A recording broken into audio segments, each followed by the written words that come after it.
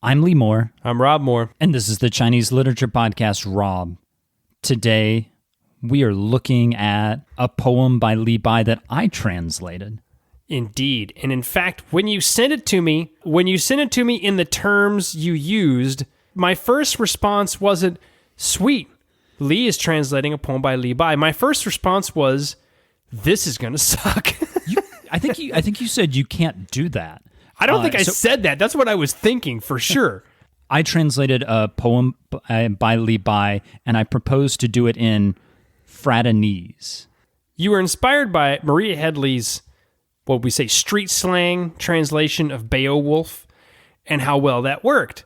And you thought, hey, why don't we do a purely contemporary version of a Li Bai poem? Now, my first thought was not, wow, that's a fresh and new idea. My first thought was, this is going to suck, because there's nothing about Li Bai that gives you the kind of room to work that a huge muscular action epic like Beowulf does.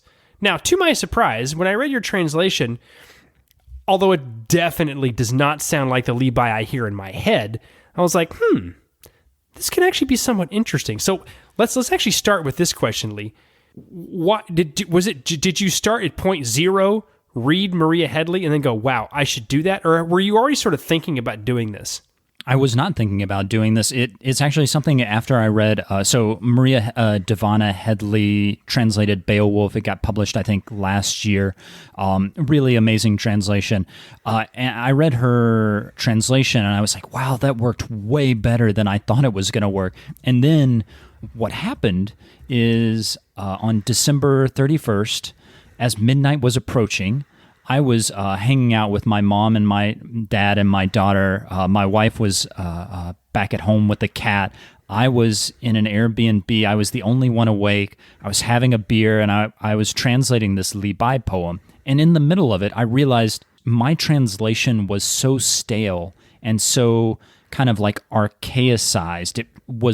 It was trying to make Li Bai legitimate by translating him into a sort of Renaissance-y sounding, Shakespearean sounding poem. But Li Bai's just talking about getting drunk, right? Like we don't need to make Li Bai sound old in order to make him sound like he is a legitimate subject for poetry, right? Like we're beyond that now. That used to be the case. You used to have to translate Li Bai to sound like Shakespeare because Westerners did not think that Chinese poetry was the equivalent. I think we've gotten beyond that. I hope we've gotten beyond that. I certainly believe the listeners of our podcast are way beyond that stage. And so I was like, why don't we just translate him in a way that would be much more comprehensible to contemporary readers?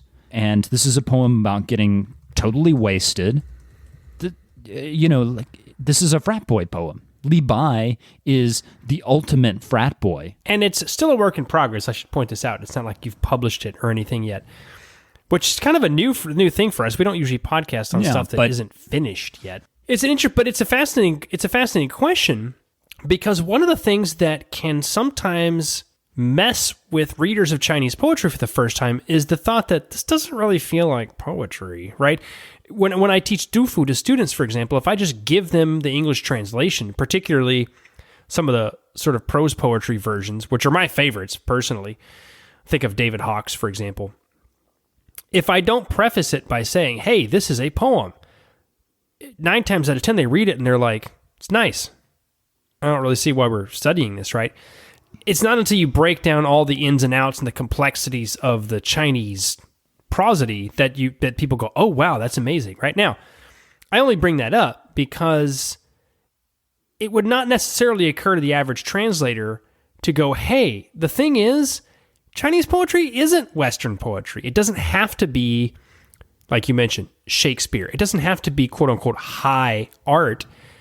It could just be poetry. It could just be something that people read. This is high art, but it's also about getting drunk, and so it has this kind of element of very low art. And Li Bai, he was once a real human being. He's not he wasn't born a god of poetry. He was just a guy who liked to hang out and drink copious amounts. And all of these people drank lots. I was translating, Du Fu has this reputation of being this austere Confucian poet who always follows the ritual proprietary rules. But I was translating a poem of his a couple of days ago. It's called Drunk. I fell off my horse and my friends came bringing me alcohol to check on. They came to check on me, bringing me alcohol. It, it's very much an alcohol-soaked culture. And in fact, what's interesting is that, and I'm going to go ahead and title/name drop this work because everyone should read it if you're interested in this. Drunk in China by Derek Sandhaus talks about the fact that to a great extent, alcohol predates Chinese culture, Chinese civilization at all. It even predates organized agriculture, systematic agriculture. The earliest examples of alcohol that we know of come from China. Something like 10,000 years ago, I think. So people were drinking in China before there was anything like an organized civilization in China. Rob, to put that another way, in the words of an American writer who you really like, William Faulkner, he said civilization began with distillation. I think you can say that that's true of Chinese civilization as well. Without alcohol, it's not really civilization. Well, and it's actually, and again, this is, I don't want to get us into the weeds, but I think this is interesting, so I'm going to throw it out there. One of the newer ideas is that drinking predates agriculture and may even have been one of the engines behind agriculture, because alcohol can be made without any technique at all. A piece of fruit falls off a tree, cracks open, is exposed to some of the local wild things floating in the air, ferments. That's it. Monkeys can get drunk, right? Anyway, one of the ideas behind agriculture is that people started figuring out, hey, you know what? This stuff is awesome. You know what'd be great is if we had enough stuff to make a lot of it, let's grow it. Now, what does all that have to do with Li Bai? And specifically your translation of Li Bai? What it has to do with it is that alcohol in Chinese poetry is both highbrow and lowbrow at the same time.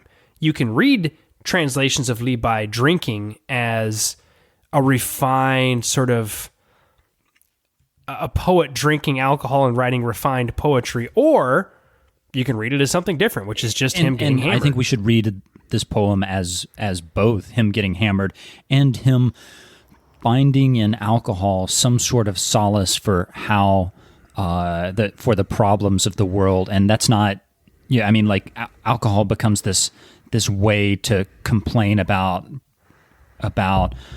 greater issues. Is it okay, Rob, if I just read the poem, my translation? Go for it. So the poem, we're going to post it on the website. So please take a look at the website and let us know what you think of the translation. I titled my translation, Let's Party, and here it goes. The yellow river only flows one way, rushing towards the sea, never turning back. Can you not see me in the big hall, reflected in the blinged-out mirror, with my hair turned white? It is as if my once jet-black hair has, late in life, become like a cloud. When people are happy, they should party hard. Don't let the gold cup remain empty when facing the moon. Barbecue that lamb, slaughter that cow. This is a party. We ought to drink 300 cups of this, and we don't cuss on the podcast, so I'm not going to say that word. 春泉缘木球. Let's drink, let's party. Drink nonstop. Sing a song with me, and as I sing, y'all listen up. Spending cash, having parties, that's something that everybody does, but me, I'm ready to go on a binge and never sober up. From back in the day, all the holy saints were lonely and shunned. Only the boozers stay famous. In olden times, Cao Zhi partied it up with feast at Pingle, drinking stuff that was worth thousands as much as he liked. Man, why do you say you are low on cash? For I should be the one to buy you a beer and share some of it with you. The dappled mane, the fur coat, call the bartender and get them to bring out some more booze. For this is the way we will distract ourselves from the worries of the ages. All right, Lee. I got to throw you this question, and this is kind of unfair because this is something we already agreed was a difficult thing, but I'm going to throw it out to you anyway. Your point in translating this was sort of to present a more contemporary version of the poem, but you're still trying to write quote-unquote poetry. There are lines where it's like, my jet black hair has grown white, something like that. I have to go back and look at the copy again. That's clearly not street level speech, right? Other lines are, right? Only the boozers stay famous. Cool, right? That sounds like something you'd hear in a country music song or some hip hop tracks, whatever. So why are you hedging? Why are you still trying to hold on to sort of quote unquote high culture, high poetry? Why not just put all your chips on the table and just make this thing purely colloquial? It's really hard to do. I struggled to do that. It's one of those things that you're trained to think of poetry as purely elite language at an elite register, at a very high social register. And so doing so was really hard. Also, that line that you mentioned, my once jet black hair has late in life become like a cloud. I don't know how I can translate that into contemporary vernacular, either a kind of country-ish contemporary vernacular or a rap-ish contemporary vernacular with, it's very hard to do and stay faithful to Li Bai. A lot of these lines, I am 100% completely faithful to Li Bai, right? Like that line from back in the day, all the holy saints were lonely and shunned, only the boozers stay famous. That's a really good translation. That's a very faithful translation of Li Bai. Except for the word booze. No, that's perfectly good for that word. I've always, you tend to love to use the word booze when you translate Li Bai, and booze always sounds to me like somebody's crawling through the gutter talking about alcohol, and that's definitely not what Li Bai was drinking. Li Bai was probably drinking some version of Huangjiu, not gut rot from the local village. So the actual Chinese is just yinzhi, which literally means the one who drinks or drinker. And clearly he's referencing alcohol here. So I think boozer is a perfectly acceptable and faithful translation. I mean, your hangups aside, I think those are personal ones, and you should talk with your psychiatrist about those. But in terms of like the faithfulness to the Chinese, it's fine. I don't think that he was being that refined when he says, I want to get so drunk that I never sober up. That's he's not talking about something that's refined, is he, Rob? Not necessarily, although the language he was using was certainly refined. Sure. I mean, in terms of the poetic meter, the lines and all that, but you're clearly not translating it to sound refined. I mean, it's hard to... Which takes us back to the question, right? Because this is one of the classic conundrums of translation, right? Do you translate just the way you hear it in your head? Do you have to translate so that it is character by character or line by line faithful to the poem? Or can you just have some fun with it and, like the line about your jet black hair, why not just alter that completely so you get the same idea but not remotely the same character order? I don't feel super comfortable altering Li Bai's original meaning that much. I tried with this poem to stay faithful to it in my translation.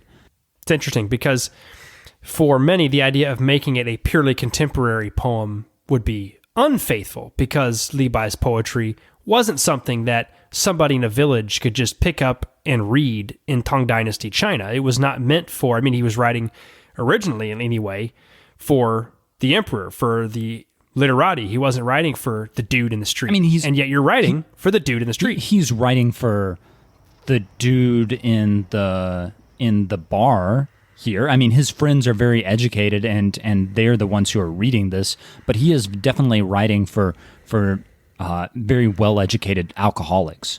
So I think... Why do you say that? He's praising alcohol. These poems were composed sitting around with people drinking. I don't know the specific composition of this poem or when it was actually written, but drinking went hand in hand with poetry in Tang literati culture. So I would expect that he's hanging out with some poets and getting very, very wasted while composing this poem. Right. Well, the question would be, of course, for whom was he writing? Because you already mentioned intelligent literati sitting around drinking. They're not drinking with farmers and laborers. They're drinking with their own sort and writing for their own sort. And yet you're jumping over the... Now, I'm going to preface this by saying I like a lot of what's going on in this translation. This is going to sound like I'm criticizing it. I like it. But you're still trying to jump ranks, right? Like, this is written for the literati, but I'm translating it for people who are definitely not the literati. I'm translating it for a contemporary audience. I don't think there is a language in contemporary English. Like, Rob, I think you're trying to invent a language, right? There is no kind of language that's the equivalent of Tang Dynasty. And Rob, as a comparatist, you know better than I do that all translations are a form of like the translator is a traitor. That's an Italian trope. Right. The words in Italian actually are almost the same. So I think that the expectation that this poem would somehow like fit into a register similar to that in Tang China is just, it's completely bonkers because there is no equivalent. Absolutely. Which is, again, my original question, why are you still trying to do it? Why not just go ahead, roll the dice, and say, instead of saying, my once jet black hair, say something like, my black hair is all gray. Something like that. Anyway, there's lots of ways to render that in a purely contemporary register that doesn't even take into account the word order, because as a good comparatist, maybe as a bad comparatist, I don't know, I'm not real hung up on fidelity. My biggest thing is, can you get people interested in the writer? And what interests me about your translation is that I think when done well, this contemporary voice could really wake people up to, oh, wow, Li Bai was really, look what he's doing here. He's kind of a partier. What's going on here? Like you mentioned in an email, I think originally, a lot of the existing translations of Li Bai like to emphasize the brilliant artistic literati style that he was using, while somehow forgetting that he was still partying pretty hard, right? Like, there's an angle of this to be used, and like with that Headley translation of Beowulf, if you just go ahead and put all your chips on one side of the table and say, this is not going to be the Li Bai you've ever read before, I think it's really interesting. Yeah, I mean, part of that is just I'm struggling to find that voice, but I accept your criticism. But I also want to point out you're bringing up something interesting. You know, all of the other translations of Li Bai have been, I'm just going to say it, kind of stuffy. They've been done mostly by academics, and you know, I say that as an academic. Yeah. I shouldn't throw those stones in glass houses. But there is this kind of need to make him stuffy and sound kind of highfalutin and artistic. And in voice, I didn't do that, but I struggled because this poem, it has an important message. It's not just about getting wasted. It's about time. And he feels like Li Bai, the poet, he's saying that he is wasting time. That those first two lines, I guess first four lines in my English translation, are about time going only one direction and him getting old. And what he's doing by being drunk is not just, you know, getting wasted, but he's trying to forget that this life is passing him by. It's a meditation on the effervescentness of life, how quickly it slips away from us, and how much we feel unaccomplished as we get older. You know, that line about the jet black hair becoming white, he's talking, I translated it as, can you not see me in the big hall reflected in the blinged out mirrors with my hair turned white?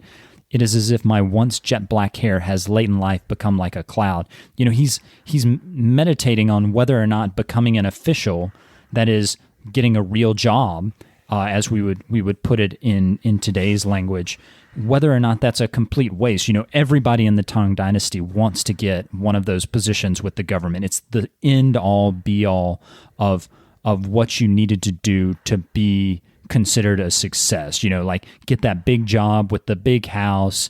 Yeah, I mean, we could come up with some rock songs that are about this, Rob. I would say maybe something from the band Everclear. There's a ton of stuff. Are you kidding me? This is you could take most of the country music industry and just go with that. But he's kind of rejecting that, and his embrace of drunkenness is a rejection of the normative value, the like doing things the way that mom and dad want you to do it. He's not going to do that. He's not going to get the government job. He's not going to hang out in the big halls with the fancy mirrors. He's going to just hang out and get drunk. That's what this whole poem is about. He's distracting himself from the fact that a lot of people end up wasting their lives chasing after things that aren't all that important, but he's just going to be happy. He's just going to have fun. But it is an empty kind of fun, because I don't think he's finding happiness. But he's also acknowledging that those folks who chase after the big job aren't happy either. Now, here's what's interesting about that. Everything you just said in terms of sentiment is, as you mentioned, something I guarantee I've heard in 100 songs from various pop industries, right? Country music, rock music, whatever. The real difficulty with translating Li Bai, and for that matter, any poet from his era, is that there's an element of the everyday about him. Let's just have a drink, right? That's something just about anyone can identify with, just about any level of society. But the poetry that he writes is drawing off of a tradition that definitely not everyone can use. So there's this fascinating blend of very approachable everyday sentiments. Life is fleeting. Life is passing us by. Why are we going for these positions? Why are we doing these things? Let's have a drink and maybe not sign off on all the things where we've been told to do, etc. But he's saying it in a way that is extremely, at times at least, sophisticated. So in translating it, you've got to somehow kind of keep both in there, or else it does just sound like a country music song or a rap song or a rock song, right? Now, you're trying to walk this line, which I think you should, between the two, right? You don't want it to be 100% this or 100% that. And I think that's in some way puts you in the same camp as a lot of translators of Li Bai. Which version are we going to present here? Like, are we going to lean into the high culture academic stuff, or are we going to lean more into the we're drinking booze with our friends stuff? Because they're both there, and they're extremely hard to render in a way that just perfectly blends the two. At least that's my take on it. Rob, I think you're right. It's kind of a struggle to walk the line, as Johnny Cash would say. I don't know if I did it well. We're going to put this translation, both the original Chinese and my translation, onto the website, ChineseLiteraturePodcast.com.